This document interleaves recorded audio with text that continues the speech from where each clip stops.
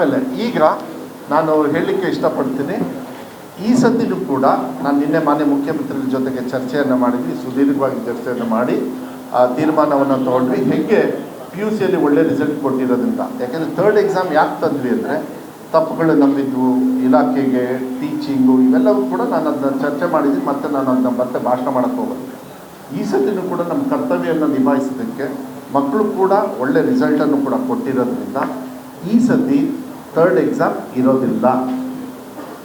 So ಈ ಸತಿ third exam ಇರೋದಿಲ್ಲ. ಸೊ ಸೆಕೆಂಡ್ ಎಕ್ಸಾಮು ಮುಂಚೆ ನಾವು ಅಂದ್ಕೊಂಡಿದ್ದು ಇದೇ ಡೇಟಾ ಮುಂಚೆ ಅಂದ್ಕೊಂಡಿದ್ದು ಕೂಡ ನಾವು 18, ಯಾಕೆಂದರೆ ಟೈಮ್ ಇದೆ ನಮಗೆ. ಇವತ್ತು 24ನೇ ತಾರೀಕು, 23ನೇ ತಾರೀಕು ಇವತ್ತು. ನಾನು ಆ್ಯಕ್ಚುಲಿ ನೀವೆಲ್ಲರೂ ಕೂಡ ನಾಳೆ ರಿಸಲ್ಟ್ ಹೇಳ್ತಾರೆ ಅಂದ್ಕೊಂಡಿದ್ರಿ ನೀವು. ಈ ಸತಿ ಇಂಪೋರ್ಟ್ ಮ್ಯಾಟ್ರ್ ಬಂದ ಮೇಲೆ ಲೇಟ್ ಆಗಿಬಿಡುತ್ತೆ 2 ದಿವಸ ಅಂತಲೂ ಕೂಡ ನೀವು ಚರ್ಚೆ ಮಾಡಿದ್ರಿ. ಅದೆಲ್ಲದೂ ಕೂಡ ವಿಶ್ಲೇಷಣೆ ಮಾಡಿದ್ರಿ. ಆದರೆ ನನಗೆ ಗೊತ್ತಿತ್ತು, ನಾನು ಹೇಳಿದ್ದೆ ಇಲ್ಲ ಒಂದು ದಿವಸ ಮುಂಚೆ ನಾನು ಮಾಡೋಕ್ಕೆ ಟ್ರೈ ಮಾಡಬೇಕಂತ. ಆಮೇಲೆ ನಾಳೆ ಅಂತಲೇ ಫಿಕ್ಸ್ ಮಾಡಿದ್ವಿ ನಾವು.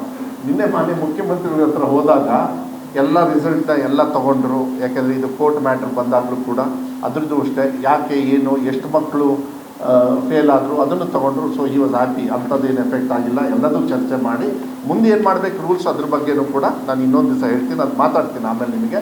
ಆದರೆ ಭಾಳ ಸಂತೋಷ ಏನು ಅಂತ ಹೇಳಿದರೆ ಅವರು ಇಲ್ಲ ಸರ್ ನಾವು 24ನೇ ತಾರೀಕು ಅಂದಿದ್ವಿ ಅನೌನ್ಸ್ ಮಾಡೋಕ್ಕೆ, ಸೊ 24ನೇ ತಾರೀಕು ಮಾಡ್ತೀವಿ ಅಂದರೆ ರೆಡಿಯಾಗಿದ್ದೀರಂದ್ರೆ ಅವತ್ತವರೆಗೂ ಯಾಕೆ ಆಯ್ತೀವಿ, ನಾಳೆ ಬೆಳಗ್ಗೆ ಮಾಡಬೇಕು ಅಂತ ಹೇಳಿ ನಿನ್ನೆ ರಾತ್ರಿ 8 ಗಂಟೆಗೆ ನಮಗೆ ಡೈರೆಕ್ಷನ್ ಕೊಟ್ಟು ಸ್ಟ್ರಿಕ್ಟಾಗಿ ಹೇಳ್ಬಿಟ್ರು, ನೋ ಡೋಂಟ್ ವೆಯ್ಟ್, ನಾಳೆ ಬೆಳಗ್ಗೆ ಮಾಡಬೇಕು.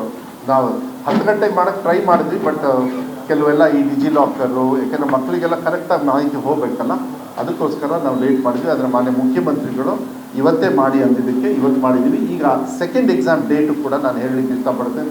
ಮಾಧ್ಯಮದವ್ರು ದಯವಿಟ್ಟು ಇದನ್ನು ಹಾಕಿ ಮಕ್ಕಳು ಇದು ಉಪಯೋಗ ಮಾಡಿಕೊಳ್ಳಿ ಫಾರ್ ಇಂಪ್ರೂವ್ಮೆಂಟ್ ಆಫ್ ಎಕ್ಸಾಮ್ನ ಇಂಪ್ರೂವ್ಮೆಂಟ್ ಮಾಡೋದಕ್ಕೆ.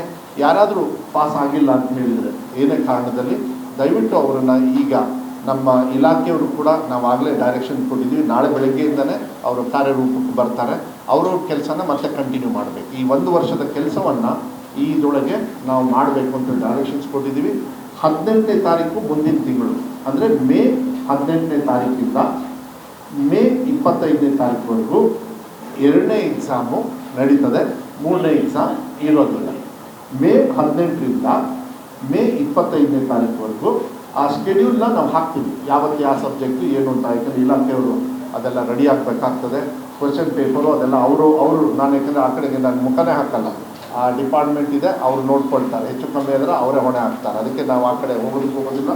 ಸೊ 18ರಿಂದ 25ನೇ ತಾರೀಕು ಮೇಗೆ 2ನೇ ಎಕ್ಸಾಮ್ ನಡೀತದೆ, 3ನೇ ಎಕ್ಸಾಮ್ ಇರೋದಿಲ್ಲ ಅನ್ನೋದನ್ನ ಈ ಸಂದರ್ಭದಲ್ಲಿ ಹೇಳಲಿಕ್ಕೆ ಇಷ್ಟಪಡ್ತೀನಿ.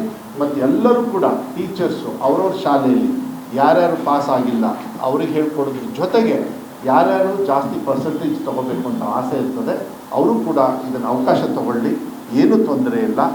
ಈ ಸತಿ ಒಂದೇ ಒಂದು ಬದಲಾವಣೆ ಏನು ಅಂತ ಹೇಳಿದರೆ, ಯಾರು ಫೇಲ್ ಆಗಿದ್ದಾರೆ ಅವರಿಗೆ ಈ ಸತಿನೂ ಕೂಡ ಯಾವುದೇ ಫೀಸ್ ಇರೋದಿಲ್ಲ. ಯಾರು ಫೇಲ್ ಆಗಿದ್ದಾರೆ ಅವರು ಎಷ್ಟು 130 ರೂಪಾಯಿ ಎಷ್ಟದು ಕಟ್ಟೋದು,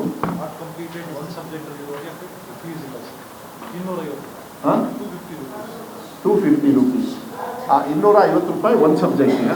ಮುಂಚೆ 250 ರೂಪಾಯಿ ಒಂದು ಸಬ್ಜೆಕ್ಟಿಗೆ ಇರೋದು. ಫೇಲ್ ಆದವರಿಗೆ ಯಾವುದೇ ಕಾರಣಕ್ಕೂ ನಾವು ಈ ಸತಿನೂ ಕೂಡ ಹೋದ ಸತಿ ಥರ ಫೀಸ್ ತೊಗೊಳ್ಳೋದಿಲ್ಲ. ಕರೆಕ್ಟಾಗಿ ಫೀಸ್ ತೊಗೊಳ್ಳೋದಿಲ್ಲ. ಯಾರು ಇಂಪ್ರೂವ್ಮೆಂಟ್ ಮಾಡ್ಕೊಳ್ತಾರೆ ಅವರು ಫೀಸ್ ಕಟ್ಟಲೇಬೇಕಾಗ್ತದೆ. ಹೆಣ್ಣು ಮಕ್ಕಳಿಗೆ ಮತ್ತು SC ST ಅವರಿಗೆ ಹೇಗಿದ್ರು ಅವರಿಗೆ ರಿಲ್ಯಾಕ್ಸೇಷನ್ ಇದೆ, ಇದರಲ್ಲಿ ಏನೂ ಕಟ್ಟಂಗೆ ಇರೋದಿಲ್ಲ. ಕರೆಕ್ಟಾ? ಆದರೆ ಥರ್ಡ್ ಲ್ಯಾಂಗ್ವೇಜಲ್ಲಿ ನಾನು ಯಾವುದು ಅಂತ ಹೇಳೋದಕ್ಕೆ ಹೋಗೋದಿಲ್ಲ. ಥರ್ಡ್ ಲ್ಯಾಂಗ್ವೇಜಲ್ಲಿ ತುಂಬ ಲ್ಯಾಂಗ್ವೇಜಸ್ ಇದ್ದಾವೆ. ಅದರಲ್ಲಿ ಇಂಪ್ರೂವ್ಮೆಂಟಿಗೂ ಅಷ್ಟೇ, ಫೇಲ್ ಆದವ್ರಿಗೂ ಕೂಡ. ಯಾಕೆಂದರೆ ಫೇಲ್ ಆದವ್ರು ಬರೀ 1,000 ಚಿಲ್ಡ್ರೆ ಅಷ್ಟೇ. ಅದು ಬರೀ ಒಂದೇ ಸಬ್ಜೆಕ್ಟಲ್ಲಿ ಫೇಲ್ ಆದವರು 1,000 ಎಲ್ಲ ತುಂಬ ಎಕ್ಸ್ಪೆಕ್ಟ್ ಮಾಡ್ತಾಯಿದ್ರು ಏನಂತ, ಪಾಸೇ ಆಗೋದಿಲ್ಲ. ಅವರೆಲ್ಲ ಡಿಸ್ಟಿಂಕ್ಷನಲ್ಲೆಲ್ಲ ಬಂದಿದ್ದಾರೆ. ನಿಮಗೆ 60% ಮೇಲೆ ಡಿಸ್ಟಿಂಕ್ಷನ್ ಅಂದರೆ you know what it is. Third language ಯಾಕೆಂದರೆ ಸ್ವಲ್ಪ ಗೊಂದಲ ಸೃಷ್ಟಿಯಾಗಿದೆ ಅನ್ನೋದು ಒಂದು ಕಾರಣದಿಂದ ಮಾನ್ಯ ಮುಖ್ಯಮಂತ್ರಿಗಳು ನಿನ್ನೆ ಮಾತಾಡಿ, ಸರ್ ಅವರಿಗೆ ಇಂಪ್ರೂವ್ಮೆಂಟಿಗೂ ಕೂಡ ಏನಾದ್ರು ಅವ್ರು ಮನಸ್ಸಲ್ಲಿದ್ದರೆ ಇಂಪ್ರೂವ್ಮೆಂಟಿಗೂ ನಾವು ಅವರಿಗೆ ಎಕನಾಮಿಕಲ್ ಹೊರೆ ಹಾಕೋದಿಲ್ಲ. ಪ್ಲಸ್ ಯಾರು ಫೇಲ್ ಆಗಿದ್ದಾರೆ ಅವರು ಕೂಡ ಫೀಸ್ ಕಟ್ಟಂಗಿಲ್ಲ. ಬರೀ this is for this year third ಲ್ಯಾಂಗ್ವೇಜಿಗೆ ಮಾತ್ರ. ಅವ್ರ ಇಂಪ್ರೂವ್ಮೆಂಟಿಗೂ ದುಡ್ಡು ಅವ್ರೇನು ಕಟ್ಟಂಗಿಲ್ಲ, ಇಂಪ್ರೂವ್ಮೆಂಟಿಗೆ ಮಾತ್ರ. ಬೇರೆಯವರೆಲ್ಲ ಇಂಪ್ರೂವ್ಮೆಂಟಿಗೆ ಕಟ್ಟಲೇಬೇಕು. ಓಕೆನಾ? ಹಾಂ, ಹಿಂದಿ ಅಲ್ಲ, ಆಲ್ ಭಾಷೆ ಇದರೊಳಗಿಲ್ಲ. ಅಲ್ಲಲ್ಲ, ಹಿಂದಿ ಅಂತೇಳಿ ಹಾಕ್ಕೊಂಡಿದ್ದಾರೆ. ಬಟ್ ಯಾರ್ಯಾರು ಥರ್ಡ್ ಲ್ಯಾಂಗ್ವೇಜ್, ಸಿ ದ ಕೋರ್ಟಿಗೆ ಹೋಗಿದ್ದು ನಾವು ಥರ್ಡ್ ಲ್ಯಾಂಗ್ವೇಜ್ ಅಂತ.